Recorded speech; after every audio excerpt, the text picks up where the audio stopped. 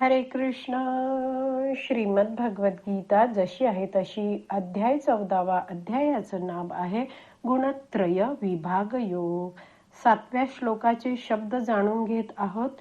सुरू करण्याआधी श्रील प्रभुपादांना प्रार्थना करूया. हे श्रील प्रभुपाद, आम्ही भगवद्गीता हा ग्रंथ वाचून समजून घेण्याचा प्रयत्न करीत आहोत.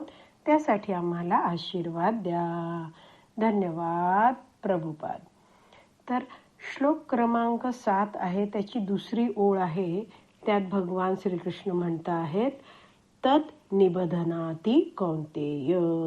कौंतेय म्हणजे हे कुंती पुत्र अर्जुना, तत् जो रजोगुण निर्माण झालेला आहे तो निबधनाती बद्ध करतो.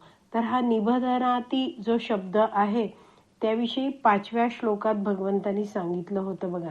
5व्या श्लोकाच्या दुसऱ्या ओळीचा पहिला शब्द आहे निबधनाती, निबधनंती.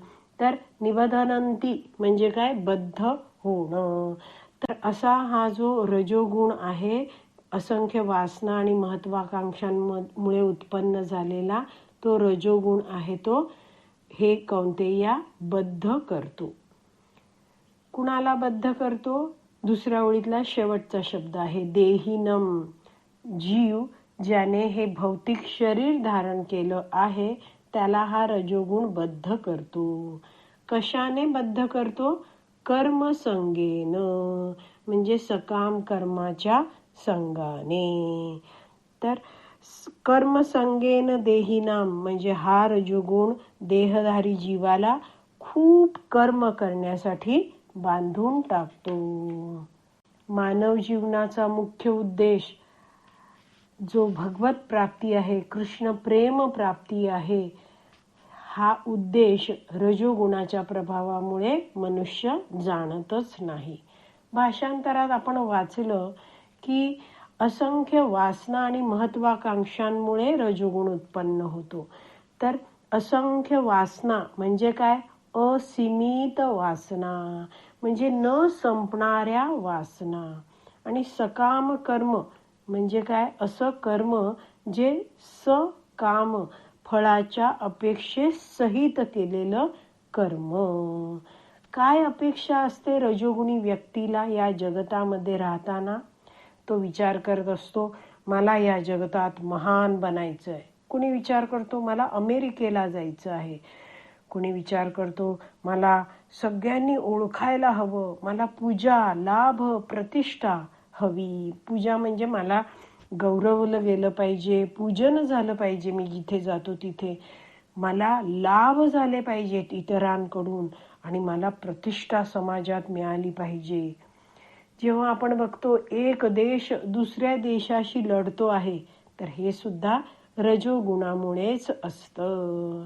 आणि ह्या युद्धामध्ये मानवी शक्ती, मानवी जीवनाची शक्ती मात्र फुकट जात आहे.